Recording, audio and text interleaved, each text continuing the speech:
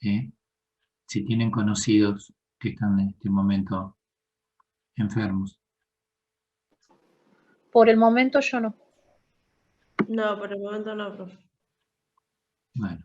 Acá en mi casa, en mi caso, la semana pasada nos dieron el alta, porque teníamos COVID. Bueno, pero tuvieron un cuadro entre leve y moderado. Sí, los síntomas eran los conocidos, eran fiebre, dolor muscular y de garganta, un poco de tos. ¿Y perdieron el olfato, María? Sí, recién ahora, ayer empecé a sentir un poco el olor, porque no sentía. Bueno. No, es una realidad que están... El que no vaya a hablar, que silencie el micrófono, por favor. Tenés que ir a tu médico de cabecera. Sí, pero te van a mandar a hacer placa, todo. Eso es lo que tenés que hacer.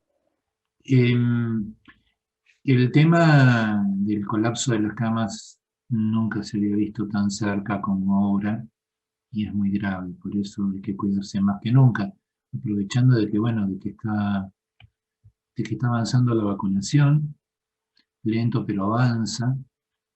Si uno mira, después les voy a pasar el vínculo de dos sitios.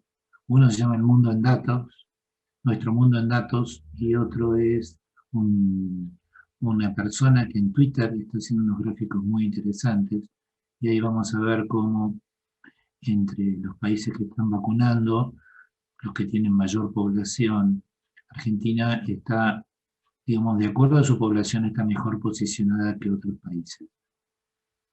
También ahí van a ver algo que es el tema que estamos tratando hoy, que es un poco la epidemiología crítica, la epidemiología de las desigualdades. Van a haber países que tienen mucha población, que han vacunado muy poco, y les va a llamar la atención ver sobre todo países de África y Asia, ¿no? Donde lo que está ocurriendo es realmente una masacre, un genocidio, no sé, terrible. Pero bueno, esto forma parte un poco del tema de hoy. El tema de hoy es un poco como nosotros desde la epidemiología podemos hacer muchas cosas, pero en la cancha hay muchos jugadores más. Hay indicadores sociales, hay indicadores económicos que juegan fuerte. También, inclusive no solo en países pobres, sino en países ricos. Y bueno, y ahí se nos genera todo un problema para poder lograr efectividad en medidas que de por sí son muy efectivas, pero donde hay muchos, digo para todo, no solo para el COVID, pero donde las desigualdades no permiten el acceso. Yo estaba mirando uno de estos gráficos que ustedes después van a poder ver, son las pirámides de población, y el porcentaje de gente vacunada por grupo de edad. Y pensaba en los que figuran todavía en los grupos de edad más avanzada que no están vacunados. ¿Y por qué? El por qué, ¿no? Siempre la pregunta es el por qué. Y bueno, allí puede haber gente que no quiere vacunarse, pero también puede haber gente que no ha tenido acceso a anotarse a la vacuna. Y pensaba lo complejo que es, ¿no? Porque yo desde una oficina, de un ministerio, puedo decir, y hice una aplicación para que la gente se anote, si no se puede anotar desde la computadora, en el sitio www, Bárbaro. Yo pienso en la gente.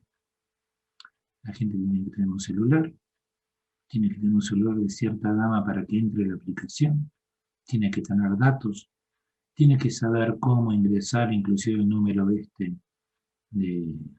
trámite, que ahora nos pusieron los que hay que agregar y que hay que mirarlo con una lupa. Imagínense que la gente cuanto más grande es, peor ve la letra chiquita. Y después también tiene que saber que tiene que mirarlo periódicamente para enterarse que le asignaron la vacuna. Peor aún si lo tiene que hacer en una computadora. La gente hoy es mucho más fácil que si tiene un pesito lo compre en un celular y no se compre en una computadora. Y la computadora tendría que tener acceso a internet, porque no vienen con chip ni con datos. Entonces, es todo un problema. Es todo un problema, sobre todo a la gente que tiene más dificultades. Un jubilado que gana 19.000 pesos, la mínima, que es el 80% de los jubilados o más, ¿cómo hace para acceder a esto? Hoy arrancó la vacunación de la gripe de PAMI. No sé si se enteraron. Hago la pregunta porque como están todos callados, yo no sé si se me congeló la pantalla o no están. ¿Están ahí? Sí, profe. Sí, Sí, estamos profe. acá, profe. Barra. Gracias. Gracias por mostrarme que están. Bueno, hoy arrancó la vacunación de PAMI. Lo mismo. Quieres entrar y te dice el sitio no funciona, debe estar absolutamente colapsado. Entonces, la receta, ahora PAMI te hacen las recetas electrónicas, es bárbaro, pero la gente tiene que saber qué es una receta electrónica, tiene que contactarse con el médico de cabecera, el médico de cabecera lo va a mandar a la farmacia, o sea, son todos eh, muy, muy complicados. Y eso forma parte un poco de las desigualdades que se generan, las inequidades, y esto de que a veces la gente que más necesita, que es la que está en más riesgo, es la que más dificultades de acceso tiene y termina no accediendo, ¿no? Por todas estas problemáticas. Entonces creemos que vamos avanzando tecnológicamente, pero en realidad en la llegada final a la gente nos estamos alejando en vez de acercarnos. ¿Eh? A lo mejor juntos, yo no sé si lo hacen, pero con el operativo Detectar, que van por los barrios, o con algún tipo de movida barrial, se tendría que ir recorriendo barrios, ir viendo el que no está vacunado, anotarlo, si se quiere vacunar, explicarle lo que es la vacuna. Y luego, si lo llaman, irlo a buscar. ¿No? Porque está en juego la vida de la persona. No es un dato menor. No es una vacuna para una enfermedad que genera morbilidad, pero baja mortalidad. Es una enfermedad no solo mortal, sino de alta contagiosidad. Entonces, eso es todo un problema. Quería que viéramos uno de los artículos que yo les di para que trabajemos. Año 2006 tuve que ir a hacer una formación académica a esta ciudad, a Baltimore. Y bueno, en una universidad que se llama Hopkins, y que está radicada, esta universidad, en medio de estos dos barrios que son del sur de Baltimore. Haciendo una analogía, es como si fuera conurbano sur y lo de la columna de la derecha fuera conurbano norte, ¿no? Bien. El primer día de clases fuimos y volvimos en metro, eran 2 estaciones del centro de la ciudad donde estábamos alojados. 2 estaciones es entre 10 y 20 cuadras, como puede ser en Buenos Aires. Y el segundo día, al terminar las clases, no se nos ocurrió mejor idea a otra persona y a mí, no volvamos a caminar, para conocer un poco por arriba cómo es la zona. La peor decisión de nuestra vida. Estaba nevado y nos empezaron a cascotear con nieve. Sobre todo eran unos chicos de unos 9, 10 años, chicos, me cuesta decir de color, negro, como fuera, y todos los padres en las puertas de las casas mirando eso sin hacer nada, y cada vez se acercaban más. Pegamos un grito, frenaron, empezamos a acelerar nosotros, ellos luego reaccionaron, empezaron a acelerar, cada vez eran más. Y justo, bueno, al doblar una esquina, había un patrullero pidiéndole datos a una persona, y es como que se quedaron ahí distantes, se fueron, cruzamos un puente y ya estábamos en lo que sería el centro de la ciudad, a salvo. Entonces al otro día le compartimos esa experiencia entre los compañeros y los profes. En aquel momento se pusieron como locos y nos dijeron, ¿cómo se volvieron caminando por arriba? Sí, nos gusta caminar, ¿qué tiene de malo? Se pasaron por el barrio con más homicidios y violencia de todos Estados Unidos. Entonces, wow. Y se estén agradecidos que están vivos en vez de ni se les ocurra hacer eso. Gloop. Muchos años después, tuve que ir de vuelta y por una cuestión de un encargue que me ha hecho mi hija que le compre algo, tuve que ir como un shopping que era en la zona norte de Baltimore, que tenemos acá. Y era una hora en colectivo de línea, así como el bondi que ustedes toman, y me quedé impresionado mirando por la ventanilla esas casas que parecen que solo ocurren en las películas de Hollywood. Bueno, eran las casas que rodeaban la avenida por la que iba, todas con cipreses, con calle de entrada, la rampita. Y bueno, ahí tenemos los dos Baltimore, ¿no? El Baltimore del norte y el Baltimore del sur. Con urbano norte, con urbano sur. Podríamos decir Nordelta o cualquier barrio carenciado del sur. Y bueno, y esto ustedes lo habrán visto en el artículo, se explica bien por qué se generó esta desigualdad, que se intentó de alguna forma irla mitigando, pero que existe. Las diferencias así sociales tan grandes generan violencia. Este lema que tienen muchos norteamericanos, Big Car, Big House, o sea, casa grande, auto grande, como la meta para el éxito, genera una barrera muy grande entre los que más tienen y los que menos tienen. Y fíjense qué dramáticos son las diferencias, ¿no? Fíjense en el norte, todos blanquitos, y la cantidad que hay no blanquitos en el sur. Y los índices de pobreza prácticamente inexistentes, valores de educación universitaria altísimos en toda la zona norte y bajísimos en el este, en el oeste y en el sur.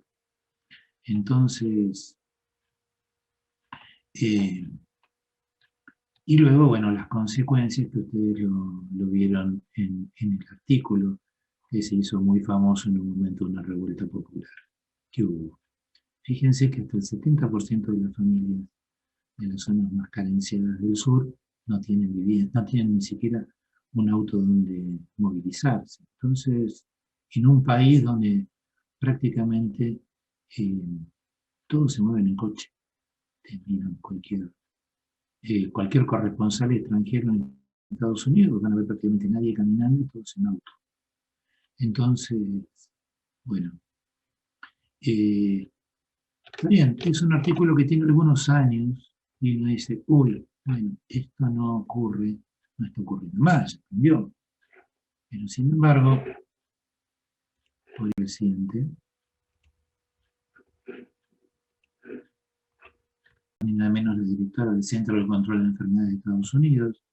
Esto es una mezcla entre lo que sería la ANMAT de acá y parte del Ministerio de Salud. Y lo que está mostrando que la tasa de las chances, la posibilidad, yo hablo de tasa, me río porque es el tema que ahora viene, ¿no? Es la unidad que viene, pero bueno, es muy difícil explicar. Uno lo termina de armar cuando termina de cursar la materia, ¿no? La tasa es la cantidad de gente que se enferma sobre la población que está expuesta a enfermarse, ¿no? Y fíjense que dice, según esta agencia, las minorías étnicas tienen más chances de morir por COVID que aquellos que no lo son. La tasa fue 2,4 veces más en las tribus nativas O sea, de cada uno que se muere de los blanquitos, por decir, 2,4 de tribus nativas se mueren, 2,3 hispánicos y 1,9 de afroamericanos. Entonces, también habla del racismo hacia las personas de origen asiática. ¿Eh? Y bueno, en nuestra región, en nuestro país, en la zona donde ustedes viven, ¿qué opinan? ¿Existe el racismo en Argentina? ¿Existe el racismo en donde ustedes se mueran? Sí que existe, ¿Sí? profe. Sí, profe, existe. ¿Y qué ejemplo me darían, por ejemplo, de racismo? Los indígenas del norte. Bien.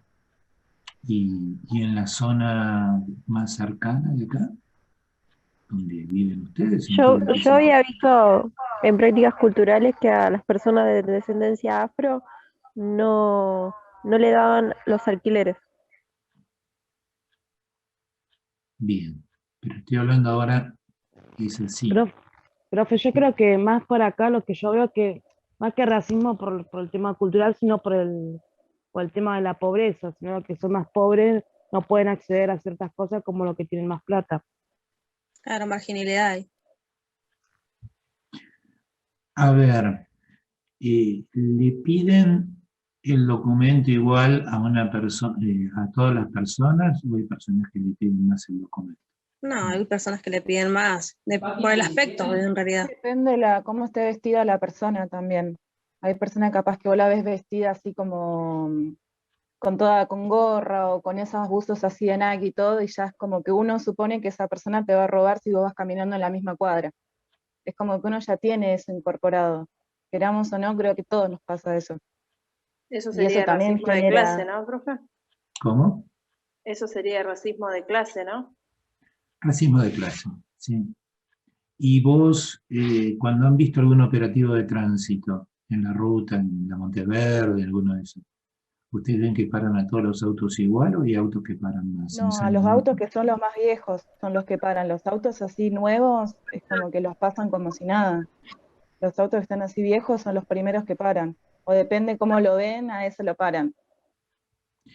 Y probablemente ese que paran, que no lo ven, no tenga todos los papeles en orden. Entonces, ¿qué tiene que hacer esa persona para que no se le queden con el auto? Y darle algo, digamos. Sí, tiene que sobornarlo. Sobornarlo, sí. Entonces, se dan cuenta que es muy complejo, es todo un círculo que rodea a este tema. Ustedes fíjense nomás ahora lo que estamos viviendo, el acceso a... Está bien, hacemos home office, hacemos educación desde casa, cosa que hoy con otra comisión se generó todo un debate sobre esto de la educación a distancia. Ahí tenemos dos aristas que se contraponen, por eso estoy en una clase de epidemiología crítica. Por un lado, ¿qué dice la ciencia cierta con respecto a esto de la educación y la contagiosidad de ir a la escuela? Por otro lado, la contraparte, que las posibilidades tecnológicas y culturales que tiene la gente para aprender desde la casa. Por otro lado, las posibilidades que hay de tener alguien en la casa. Ejemplo, para que me entiendan. Con respecto a la ciencia está demostrando, hay muchos trabajos que demuestran que realmente no es bueno que se sostengan las clases, sobre todo en estos picos de pandemia. Bien. De hecho, hay países muy desarrollados que han suspendido netamente las clases. Países muy desarrollados. Como contrapartida, esos países no tienen ningún problema de conectividad, no tienen ningún problema de acceso a los medios tecnológicos.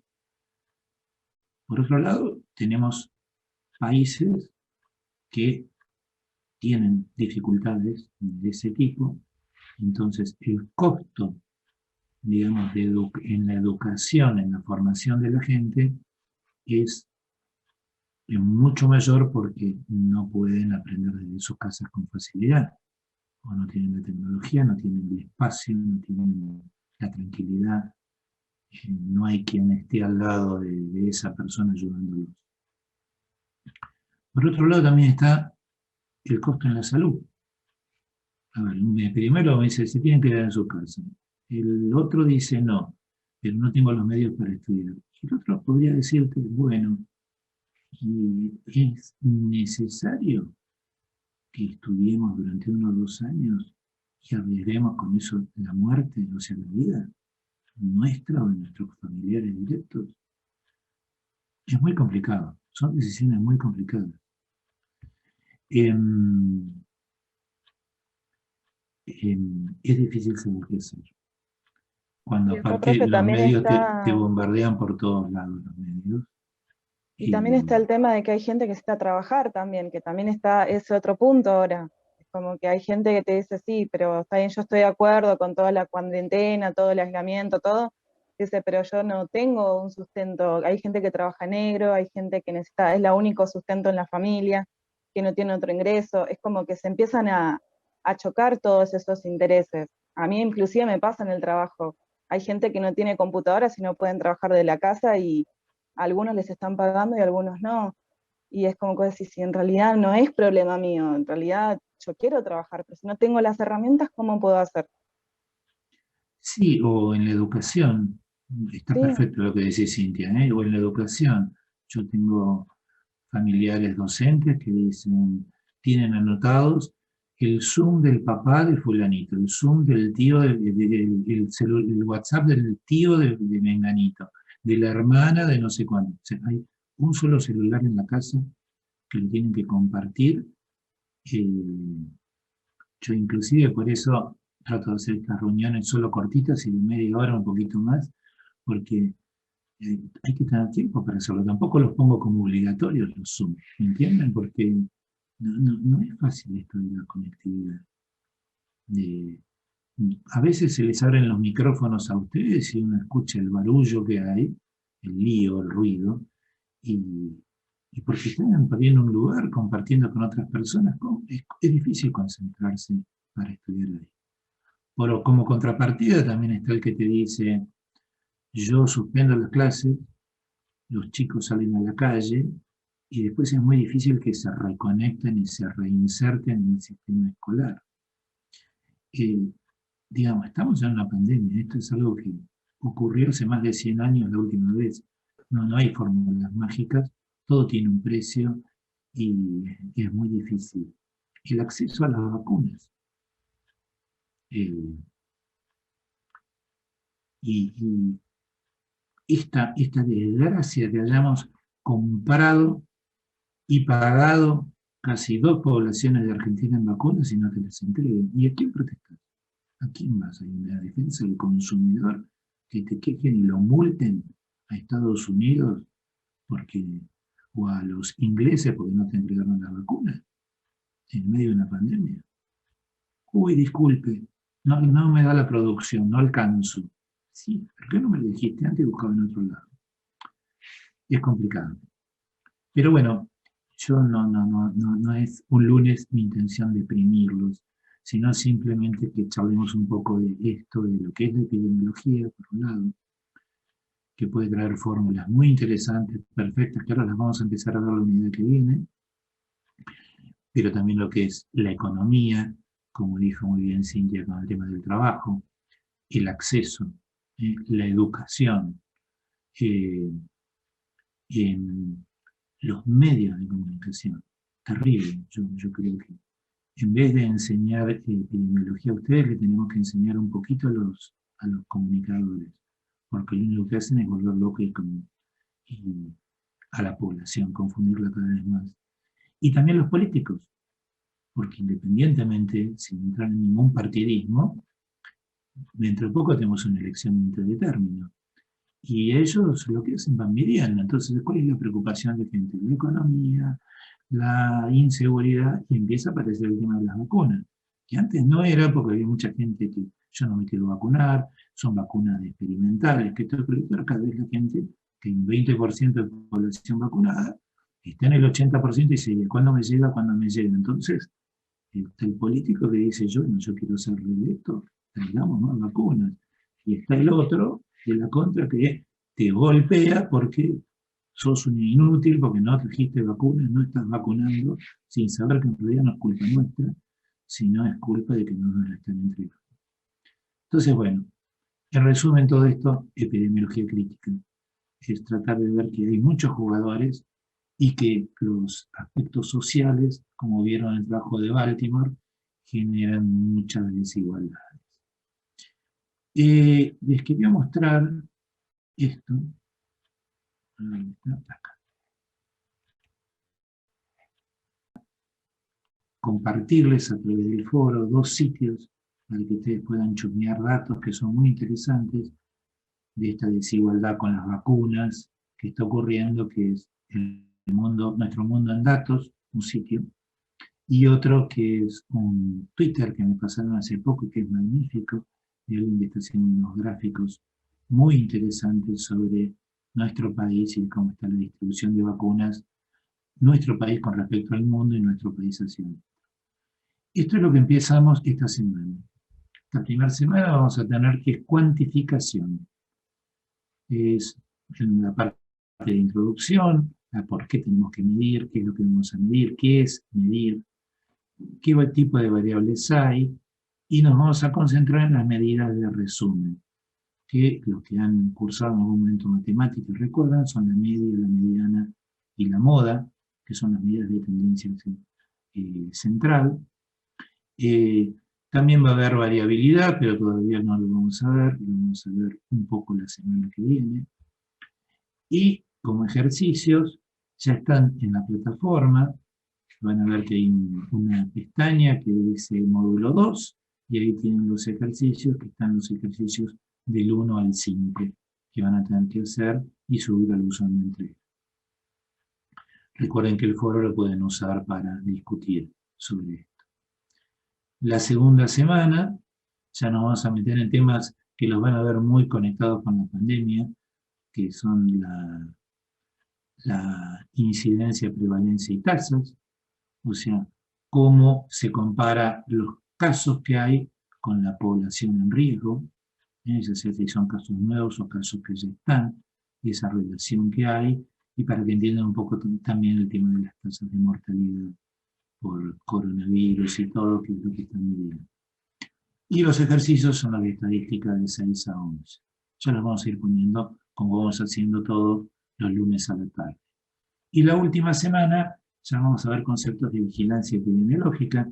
También ahí van a encontrar muchos términos relacionados a lo que ustedes están viendo en la vida real con la pandemia, que es esto, la actitud de alerta responsable, estar muy atento a los casos, dónde ocurren, cómo identificarlos, cómo bloquearlos, cómo focalizarlos, y están también los ejercicios para hacer de vigilancia.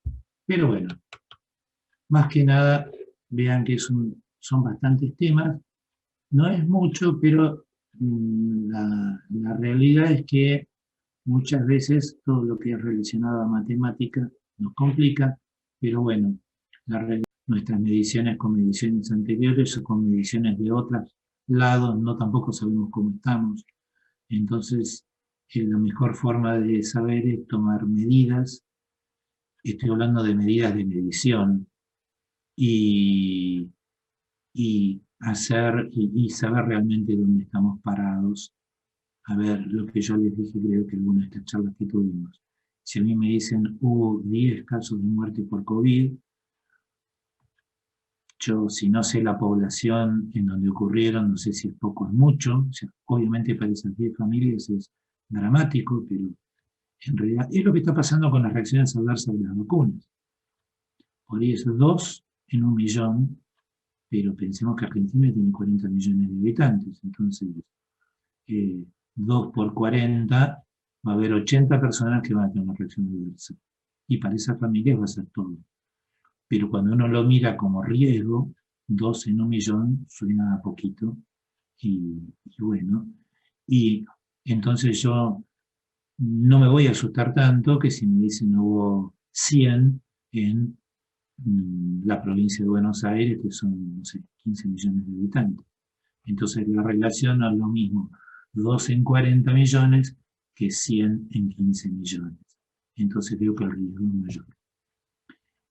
Todo esto es lo que vamos a ver en esta unidad, saber cómo medir, qué diferentes variables hay, qué distintos gráficos se pueden hacer durante estas variables.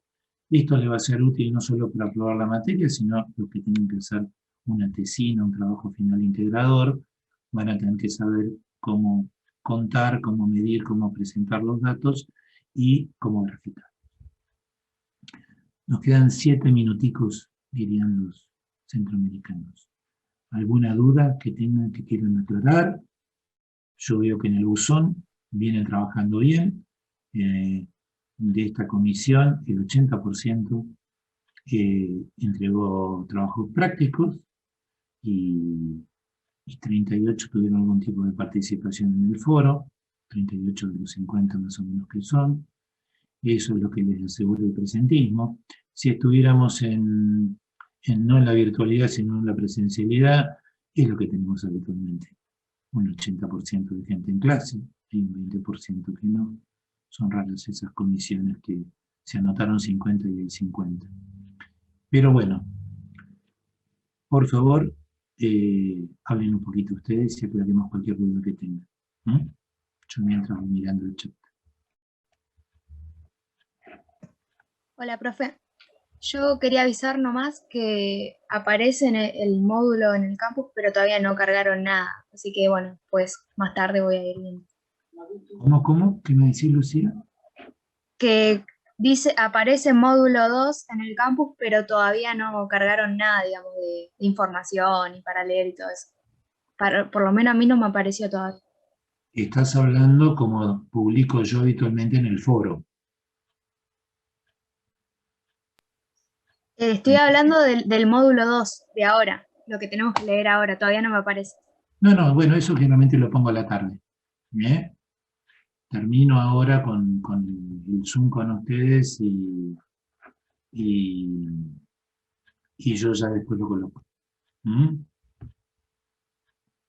Pero quédense tranquilos que vamos, ya hoy mismo eso listo. Es lo primero que hago después de un poquito de descanso después de las clases. ¿Alguna otra duda?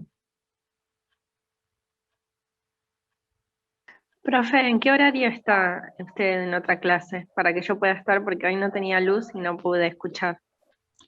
Mirá, hacemos 2 clases, una de 10 a 10:45 y otra de 11 a 11:45. Pero si no, hace preguntas en el foro. Como estamos usando, no tenemos forma de tenerlas grabadas, así que bueno, si no le van a tener que preguntar vía WhatsApp. Igual son clases un poco más de reflexión, de repaso sobre los temas de la materia, no son clases que estemos dando ningún concepto que no esté en los materiales.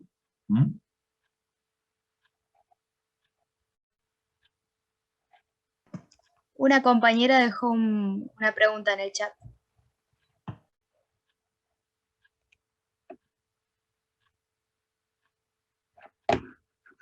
Sí, bueno, yo creo que me están hablando de cuántos tipos de enfoques hay. Y hay múltiples enfoques. Si ustedes miran lo que estuvimos viendo la historia de la epidemiología, van a ver que hay muchos enfoques. Pero la realidad es que hoy día la epidemiología social, la epidemiología crítica, la epidemiología sin números, observacional, la que trata de ir un poco más allá de lo que dicen los números, la epidemiología Convencional. de la salud, o sea, es como que la epidemiología se centró en estudiar las enfermedades, pero también le interesa saber qué pasa con esos viejitos que llegan a los 90, 100 años y se lo ve fantástico. ¿Qué es lo que pasó? ¿Qué es lo que los hizo tan fuertes que resistieron un montón Ustedes vieron que circulan permanentes chistes sobre la reina Isabel, ¿no?, de Inglaterra. Y uno dice, bueno, quiero plasma de la reina, ¿no? Sacando el chiste de que, bueno, evidentemente tiene una vida diferente a la mayoría de nosotros, pero igual hay que llegar a esa edad y en el estado en que llega, ¿no? Entonces hay ciertos, pero vos ves pueblitos de Italia, de gente muy sencilla, que tiene una expectativa de vida 10 años más que el resto de cualquier pueblo de Italia. Y ahí se centran los investigadores y tratan de ver indicadores de salud. Y se sabe a veces que el trabajo, la autoestima, eso está en uno de los documentos primero que leyeron. El trabajo, la autoestima, la actividad social, la actividad física. Muchas de las cosas que estamos perdiendo con la pandemia, ¿no? O sea, esto que no poder trabajar, tener que trabajar a distancia, no poder reunirnos con gente, no poder salir mucho a realizar actividad física, la angustia que se genera, la autoestima, cómo se viene abajo con un montón de situaciones relacionadas a la pandemia. Y bueno, eso va a impactar tarde o temprano en la salud y en las relaciones sociales. Decimos el día que abran esto, que se abra realmente, ¿cuántos de nosotros vamos a seguir saliendo un poco con barbijo?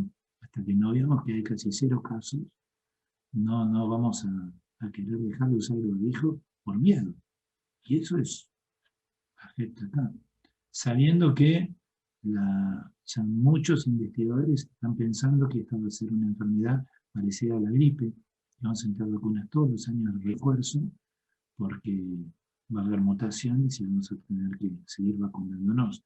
Pero bueno, claro, cuando la curva de contagios baje drásticamente, eso nos va a tranquilizar.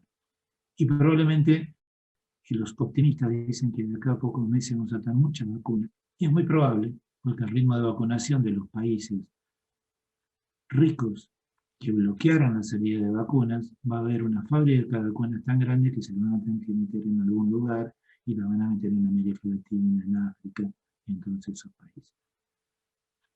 ¿Alguna otra duda? Que no me quiero comer lo que queda de tiempo yo. Por el momento no. Bueno, yo les agradezco por estar, sé que es un esfuerzo para todos, ¿no? Y bueno, ahora a la tarde pondremos la consigna y a leer y hacer ejercicios. Ahora van a tener que usar la calculadorita un poco y les va a ayudar a entender un montón de estos indicadores que en este momento se están manejando con la pandemia y que nos hace hasta dónde nos tenemos que preocupar y hasta dónde. Pero sí, sobre todo, cuídense.